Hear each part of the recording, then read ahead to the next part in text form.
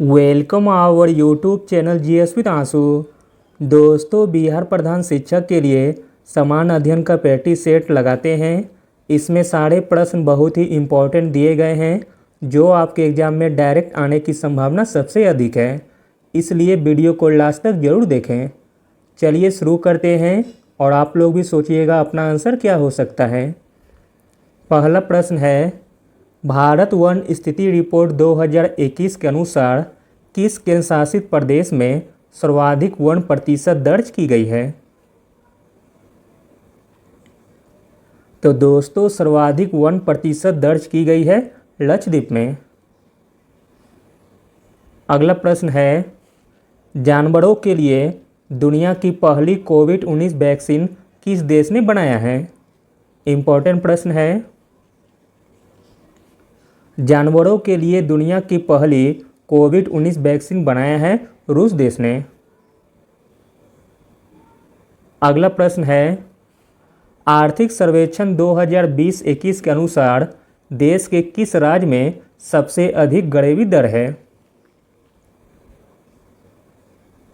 तो दोस्तों, आर्थिक सर्वेक्षण 2020-21 के अनुसार देश के राज्यों में सबसे अधिक गरीबी दर है छत्तीसगढ़ में। अगला प्रश्न है, निम्नलिखित में से किसे देश की प्रथम मुस्लिम महिला कुश्ती कोच बनाई गई है? देश की प्रथम मुस्लिम महिला कुश्ती कोच बनाई गई है फातिमा बानो को। अगला प्रश्न है, मिस यूनिवर्स 2021 का खिताब किसने जीता है? मिस यूनिवर्स 2021 का खिताब जीता है हरनाज कौर सिंधु ने। अगला प्रश्न है, स्टील अथॉरिटी ऑफ इंडिया की पहली महिला अध्यक्ष कौन बनी है? इम्पोर्टेंट प्रश्न है। स्टील अथॉरिटी ऑफ इंडिया की पहली महिला अध्यक्ष बनी है सोमा मंडल।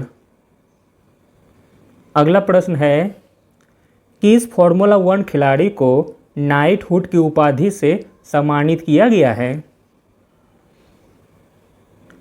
तो दोस्तों, नाइटहुड की उपाधि से सम्मानित किया गया है लुइस हैमिल्टन जी को। अगला प्रश्न है, भारत सरकार ने मलेरिया उन्मूलन का लक्ष्य कब तक रखा है?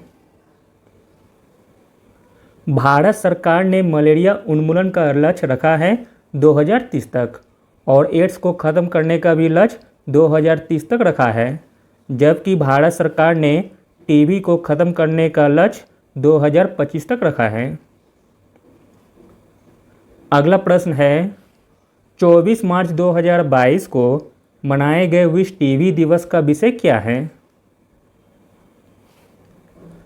24 मार्च 2022 को मनाए गए विश्व टीबी दिवस का विषय है invest to in TB save lives. अगला प्रश्न है, पुस्तक द लाइट ऑफ एशिया किसके द्वारा लिखी गई है? पुस्तक द लाइट ऑफ एशिया लिखी गई है जयराम रमेश के द्वारा।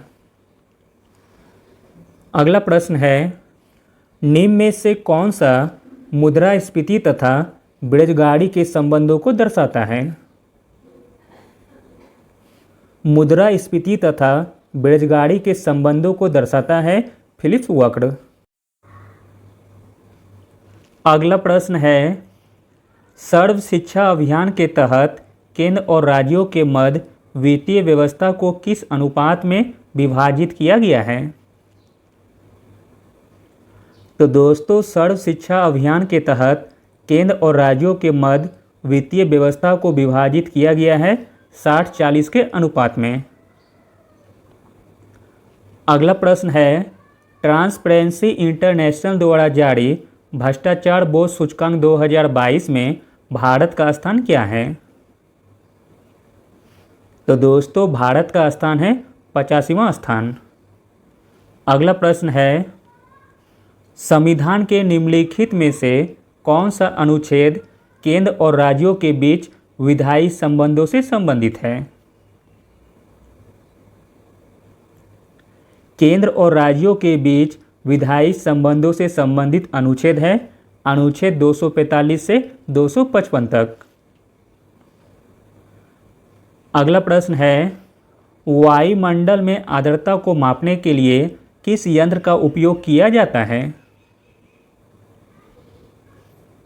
वायुमंडल में आर्द्रता को मापने के लिए उपयोग किया जाता है हाइग्रोमीटर का। अगला प्रश्न है, वित्त आयोग का गठन निम्नलिखित में से किस एक अनुच्छेद के तहत किया गया है? तो दोस्तों, वित्त आयोग का गठन किया गया है अनुच्छेद 280 के तहत। अगला प्रश्न है, लौंग निम्नलिखित में से किसका निरूपण है? लौंग निरूपण है फूलकली की।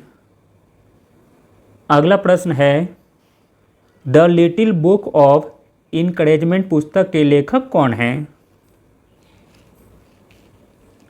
The little book of encouragement पुस्तक के लेखक हैं दलाई लामा।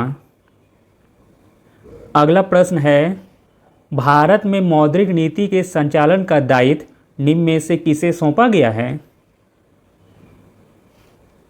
भारत में मौद्रिक नीति के संचालन का दायित्व सौंपा गया है भारतीय रिजर्व बैंक को। अगला प्रश्न है, निम्नलिखित में से किसे हरित शैवाल भी कहा जाता है? हरित शैवाल कहा जाता है क्लोरोफाइसी को। अगला प्रश्न है, हेनले पासपोर्ट सूचकांक 2022 में भारत का स्थान क्या है? हेनले पासपोर्ट सूचकांक 2022 में भारत का स्थान है 85वां स्थान। अगला प्रश्न है, स्टैचू ऑफ इक्वलिटी का अनावरण कहाँ किया गया है? स्टैचू ऑफ इक्वलिटी का अनावरण किया गया है हैदराबाद में। अगला प्रश्न है, कौन सा देश अंतर्राष्ट्रीय मुद्रा कोष का 190वां सदस्य देश बना है? तो दोस्तों, अंतर्राष्ट्रीय मुद्रा कोष का 190वां सदस्य बना है अंडोरा। अगला प्रश्न है, हाल ही में कौन सा देश एससीओ का 9वां सदस्य बना है? एससीओ का 9वां सदस्य बना है ईरान। अगला और अंतिम प्रश्न देखते हैं, महात्मा गांधी ने भारतीय राष्ट्रीय कांग्रेस की अध्यक्षता कब की थी? महात्मा गांधी ने भारतीय राष्ट्रीय कांग्रेस की अध्यक्षता की थी 1924 ईस्वी में, और यह अधिवेशन हुआ था बेलगांव कर्नाटक में। Thank you.